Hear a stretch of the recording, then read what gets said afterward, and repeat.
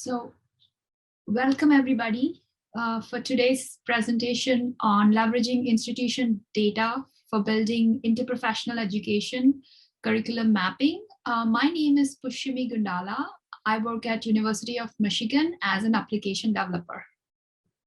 Hi, and I'm Jennifer Love. I also work at the University of Michigan in the ITS Teaching and Learning Department as a business systems analyst. And hi, I'm Nargas Oskui, and I'm an instructional learning specialist. I help at the Canvas side, and I'm part of the team.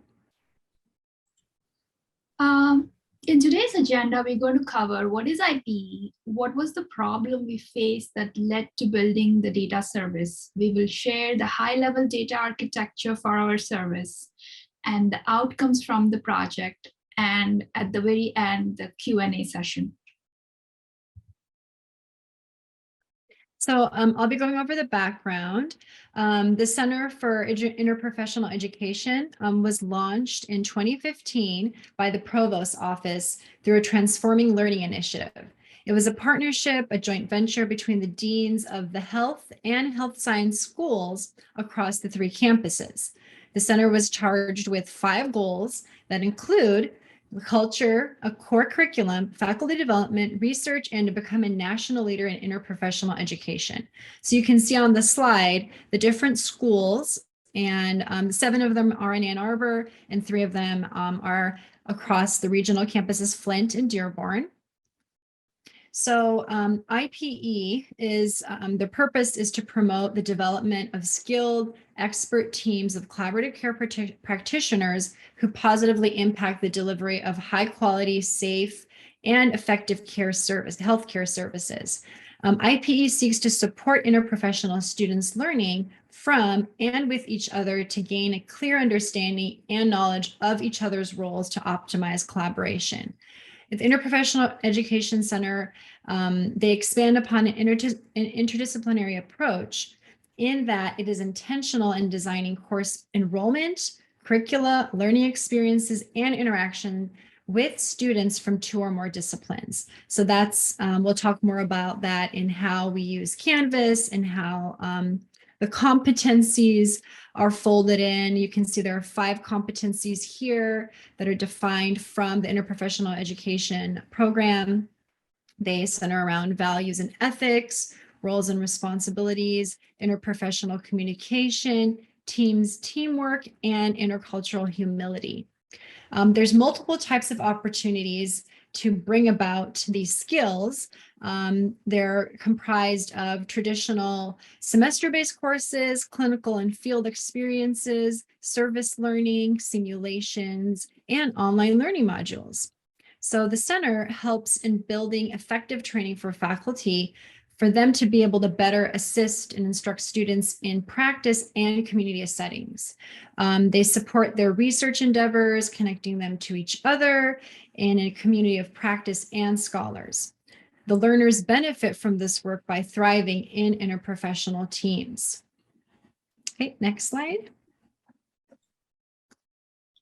All right, so that kind of gives you the background. This is the setting in which this project took place. You've got 3 campuses, we've got 10 schools and colleges, and so they're all working together to provide this interprofessional education, IPE, to their medical and health students. And they're doing it, as Nargas said, through all these different avenues. And as they're doing this, they need to track a lot of data. They need to track not only how the courses are being offered and what competencies and dosages each one of those events generates for their students, but they also then need to track how the students are moving through the courses and how they're earning those competencies. So in this slide, what you see on the side there is really just a year's worth of the kind of scope of data we're getting at. So we've got the 5 competencies that we need to track, and they're being tracked across 35 different offerings throughout the year. We've got about 5,000 students that are going through these offerings and learning the competencies in the course of this year. And these students are in programs, and the offerings are being given by programs in 10 different schools and colleges across 3 campuses. So this generates a lot of data in a lot of different formats, that it's in a lot of different places. And the Center for IPE is very interested and has been, as they've been developing the curriculums and these various offerings, in tracking that data. So they want to track the competencies and map it to the curriculum as well. And that's been a challenge. And so they saw an opportunity. They use Canvas. The folks in the IPE leads team are also deans and faculty. And so they saw an opportunity to say, hey, look, a lot of this information is in Canvas already. Is there a way that we can leverage Canvas in order to get all the other data that we need? And so they brought that project to us over in Information and Technology Services on the Teaching and Learning team and said, hey, let's do something, let's collaborate. And so what we did then was begin to identify, all right, what are your IPE competencies and dosages? What does that mean? What are you tracking? Where are students earning that? What do the offerings look like? As Nargas said, they're courses, but they're also modules in courses or one-time events or experiential settings like clinics. And then what student academic program data do you also need in order to track the curriculum or in order to track the individual students through their programs and how they're earning those particular competencies? So this was the challenge that they brought to us. And we worked together very closely with the Center for IPE in order to take the information that they had and the needs that they expressed and find a way to make the data work in a manageable, automated, scalable way. So next slide. So I think to the base, the center started out asking this question, and center wanted to know who are the students taking these IPE offerings, which schools they belong to, and what are the program enrollment. This was not something, as Jennifer said, was not readily and easily accessible. So the first thing we started looking at it is, what are all the data sources we can pull this information. So we identified 3 data sources that we need to use in order to pull all that information. So the first one was the IP data, which contains the information about what are all the IP offering, who is teaching those offerings, and which terms are they offered. And the second data source is the student record data warehouse that contains the information about the student's academic career, program, etc. And of course, Canvas data, which was in the Canvas data warehouse. So at that time, we identified UDW. So we quickly started to pull all these data sources and started using Tableau for merging all these data sources and having a visualization, a quick dashboard. That was a quick win, and we were able to achieve fairly quickly. But the deficiency of using the Tableau was the Tableau extracts were very slow, given that we are dealing with 3 separate data sources. So then we decided we want to use UDP, Unison Data Platform, which has both the Canvas data and the SysIS information data, which is Student Information Systems data in it. So ITS student records data warehouse team worked with Unison to move some of the key elements from the student records into UDP. And these are some of the entities from the student records table that are now in UDP.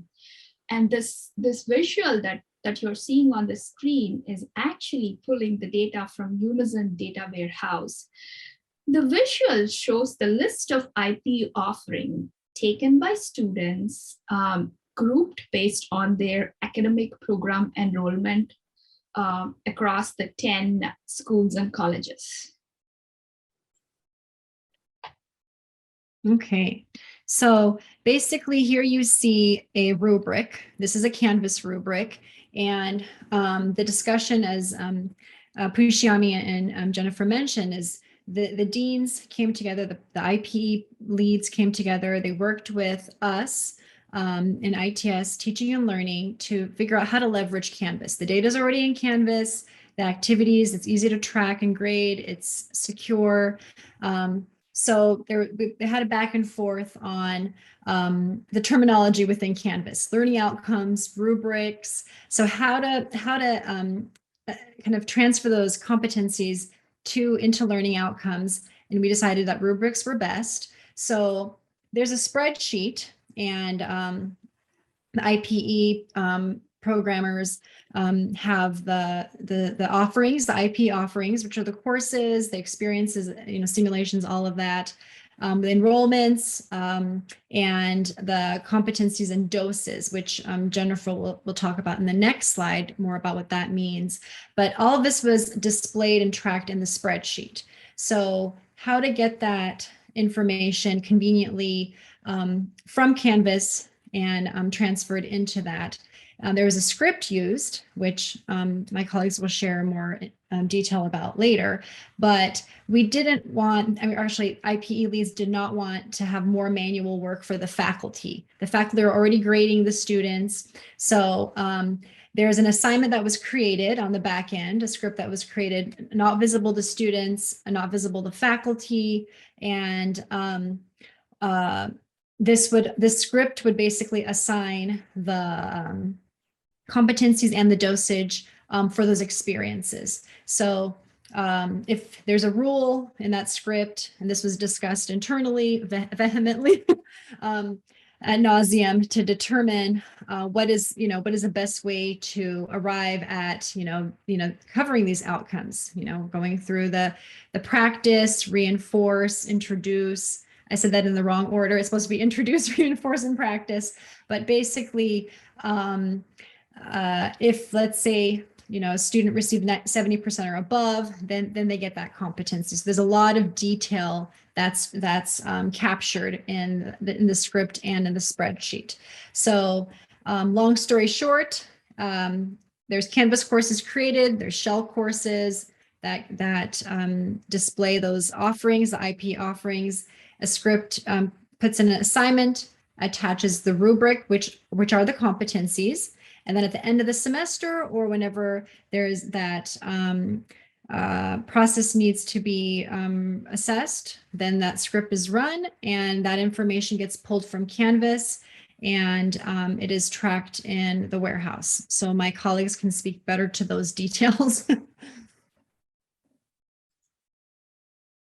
Right. So as Nargis said, one of the first big pieces was understanding how can we shape the data in Canvas so that we can get it out the other side to get the learning outcomes. And the way that was done was having a Canvas course, having an assignment with that rubric that she showed you, that then we could populate with the data that is appropriate for each course. So what you're seeing here on my automation and scaling discussion gets to, again, back to that idea that we're talking about 35 courses with 5,000 students.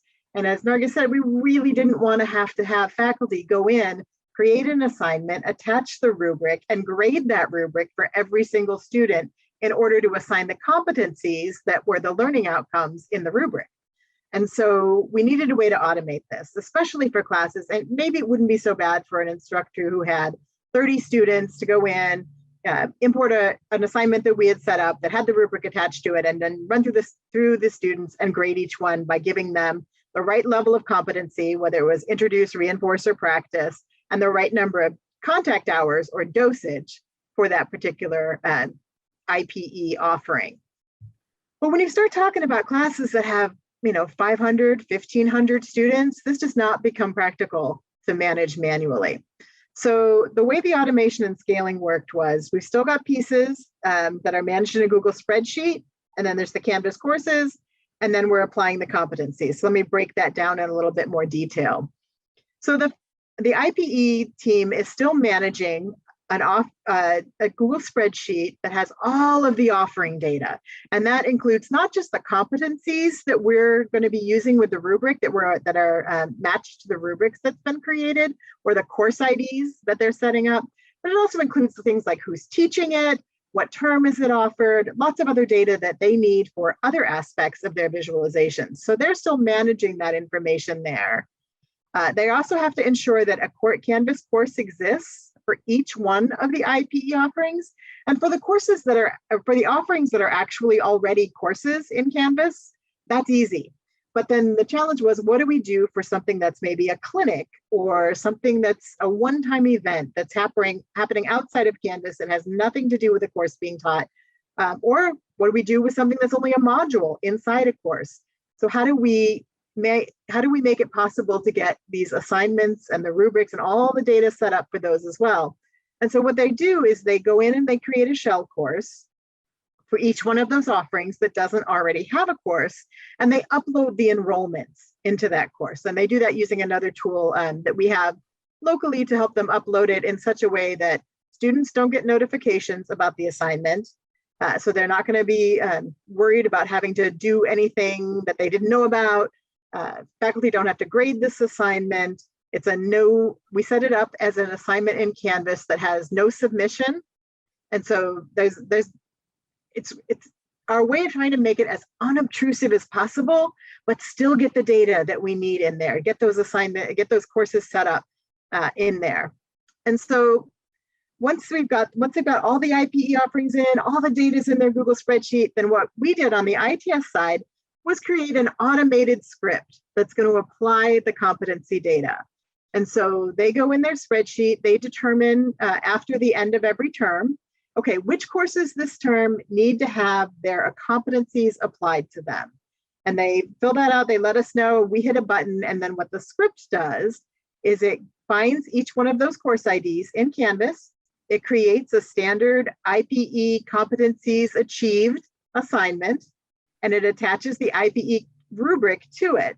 And then it reads from the spreadsheet to know, okay, for Intro to IPE for this course in Canvas, I need to put in introduce for competency 1 and maybe practice for competency 2, but it reads which level of competency they're achieving for each one of the different 5 competencies, and then also what dosage. So was it 5 contact hours? Was it 40 contact hours?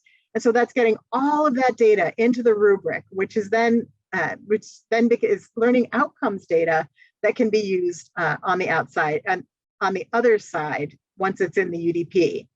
And so for those who are technically interested, Pushyami, I'm sure could speak to more details about it, but we just use a Python script in order to do this. There was a lot of testing and back and forth to make sure that it worked, to make sure that the rubric was using the exact language to capture the competencies that the IPE leads team knew that they were tracking.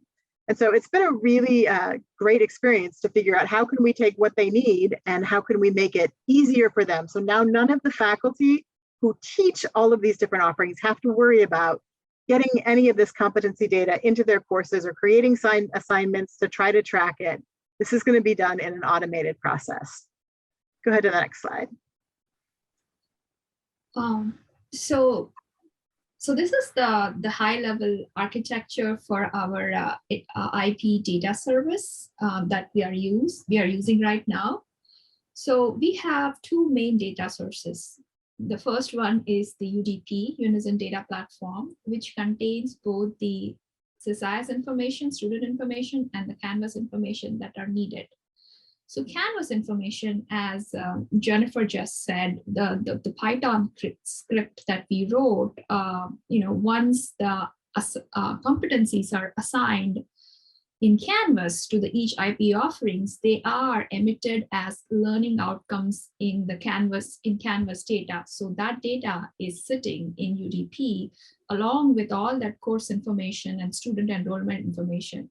So the other side of that is that, so they do want to know, what are the students' academic program that the students who are taking these IP offerings, what is their academic career program that they got enrolled into. Another data source that we use is the IP data source, which contains the list of all course offerings, who is teaching it, and what are the competencies that one will be given or achieved or attained once they finish that particular IP by end of the term, something like that. So these 2 data, the primary data sources, are fed into Denodo. Denodo is the data virtualization software. It does all these joins, and what Denodo emits is a simplified views. They call Denodo views. So Denodo hides all the complexities of data sources that's being used and simply exposes the data just that is needed as views, and Tableau then connects to Denodo. So Tableau here kind of used just as a primarily as a visualization tool, whereas the heavy lifting of combining, joining, all taken by Denodo data, Denodo tool. Right, so what are the outcomes or what benefits did we realize from this project? Well, for the Center for IPE, their vision has become realized, right? They came to us with this vision about using Canvas as a way to leverage all of this data in one place and in terms of capturing the offerings and the competencies associated with those offerings. And that became realized. And so now they can report in ways that they couldn't before with data that they didn't have before to their partner schools, to their leadership, and it might be reports on participation in IPE offerings. For example, the image that Pushyami showed earlier from the Tableau report was showing which students from which programs are participating. And that report allows them to drill down. They can look at a particular offering and see if there's more students from one school versus another that's taking that offering. They've got a number of other reports out there that can show school and college contribution to the IPE effort. So who's offering, which schools are offering the different IPE opportunities, whether they're courses or modules or clinics. And as well, they can also now track the degree of competencies that are required by students in the health professions as part of this interprofessional education, because they have a way to connect each one of those IPE offerings to the students who are involved and the level of competencies that they're achieving by engaging in those offerings. And so it really provides them a much more robust way to analyze what's happening in the IPE program across campus and answer some of the questions they've had about that. One of the other benefits of this particular approach that we took with using the script and using Canvas is that it's a process that can scale both down to a very small, maybe individual program that wants to track competencies across their courses, or could scale up even across institutions. So really, we're using it at scale because we're going with 3 different campuses with 10 different programs. And so it's been really an awesome sort of problem to try to solve, to figure out, okay, we've done this, and then how can we share this with other people? And then finally, I think one of the sort of benefits that sometimes gets unspoken in these kinds of projects is that it was really a good project for relationship building. We spent a lot of time with these deans and faculty from the various health schools who are part of the LEADS team in the interprofessional education. And they got to know, we learned to speak each other's languages. We learned to speak what they do and how they think about things. They learned to speak a little bit about how IT does and how we think about data. And so building those kinds of relationships on campus, I think then opens up eyes on both sides for maybe potential future collaborations. We become a partner that they know about on campus when they hear that somebody's got a problem, they have something they want to do with data. And then we've got people that we can connect to and talk to about what are they seeing on campus, what do faculty need. And so continuing to have these kinds of collaborations really facilitates relationship building, perhaps for groups that don't always talk to each other or work very closely together. So that was also a good benefit. So go ahead and hit the next slide. So there's a lot of words on the slide, we realize, but we did want to let you know who are the folks who are involved in this project. And so you'll see the teams from the Center for Professional Education. We've got folks from social work and the medical school and dentistry and kinesiology and pharmacy and dentistry. And then we've got folks in IT from both the teaching and learning group and from the data innovations and systems and cloud. So this was really a very collaborative project. And I would like to point out one name in particular, Kate Weber, who is not here with us today, but she built those Tableau visualizations and did a lot of the Denodo data virtualization. And she has just been absolutely amazing in terms of helping the IPE Leads group answer their questions with data, especially as more and more data became available through this project. Go ahead and hit the next slide. And we are at a point where we're happy to take any of your questions that you have about the process that we put in place, how we used Canvas, data questions, anything that you would like to ask us at this point.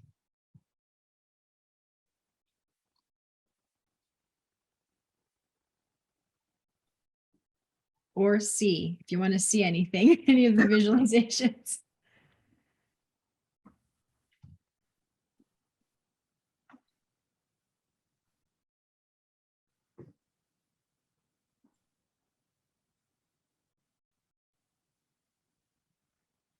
We did upload the slides to Unison, so you can see that link. That there's a project video that we've shared that talks about our project. That if you've got other folks who might be interested in hearing about it as well, but feel free to drop questions in the chat, or feel free to unmute and ask questions aloud.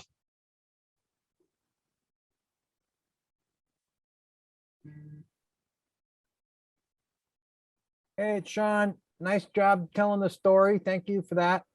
My question, what do you think was the most difficult part of the project? I think the most difficult part of the project was, as Jennifer stated, was understanding each other's language, because we were coming from a different background, IT faculty, and in differently from different groups within IT. So understanding each other's work and teaching each other's what we do was the first challenge, difficult challenge. Once we break that, and I saw that everybody wanted to work. Whoever came to the project, they just wanted to work.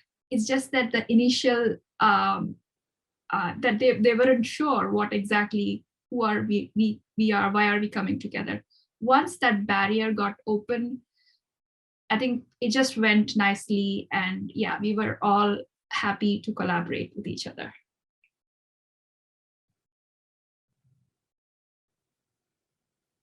I think too, one of the challenges was even identifying what data we didn't have that they needed, or where to get the data. I mean, I think the very first challenge was, okay, figure out, can Canvas do this? Can we put competencies in Canvas as learning outcomes? But then it was figuring out, okay, well, can we get off the student data warehouse? How do we know if the UDP has all the data that we need? And I think Unison was really responsive and great working with us in terms of helping get that data into the UDP that we weren't feeding there from our SIS. And so there were various, there weren't even really bumps along there. They're just challenges as we worked through this project.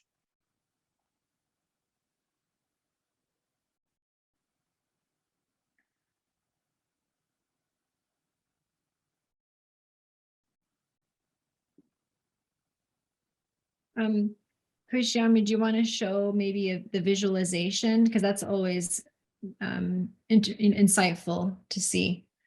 So while other people kind of gather their thoughts. Okay, let me open up the Tableau.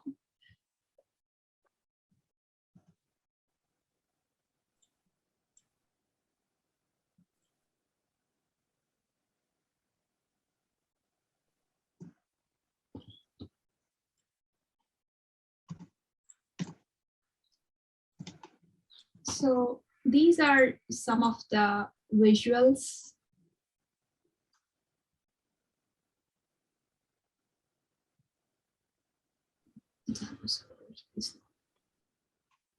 So this kind of gives you a high-level picture of all the IP offerings, which are like, which are listed with the far left, and breakdown based on the schools and the program.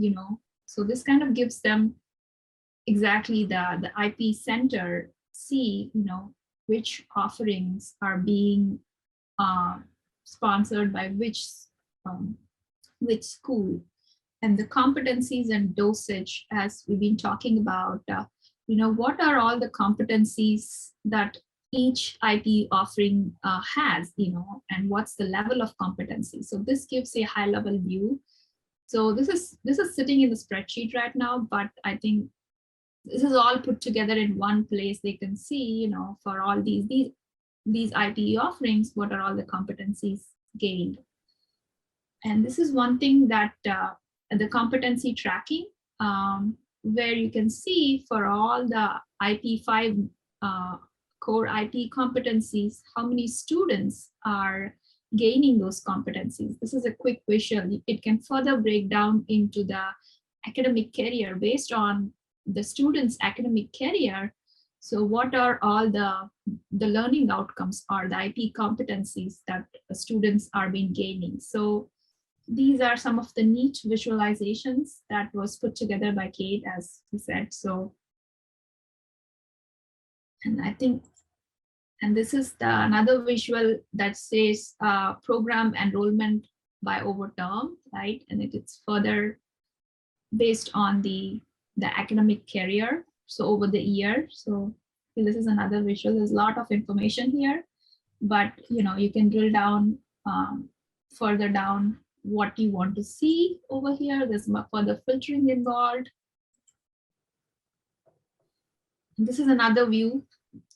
It's a tabular view, again, based on, these are all the IP offerings that at the top, the columns, these are all the IP offerings, and again, based on the academic career. So you can get a nice count how many students are taking each IP offering based on the academic career they have chosen. So this is another good visual. Yeah, this is the basic information that telling which offering is being taught by which faculty members. Any questions here?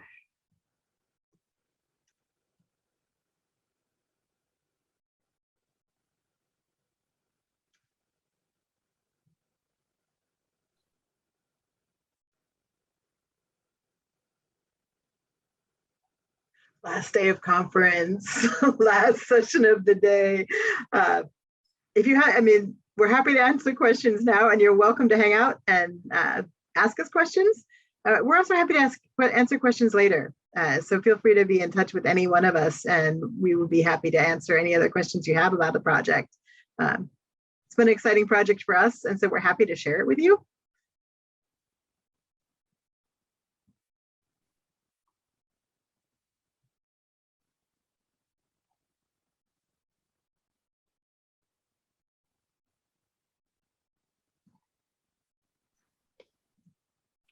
Nice job on the presentation.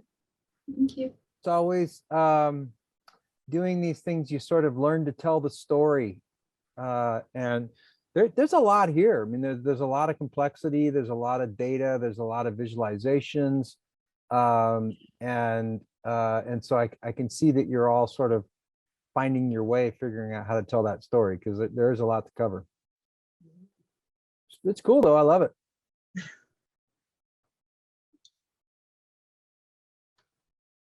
It's been an interesting project, both from the data perspective and figuring out how to pull the data together, and also from how to leverage Canvas to do something that we hadn't done with it before.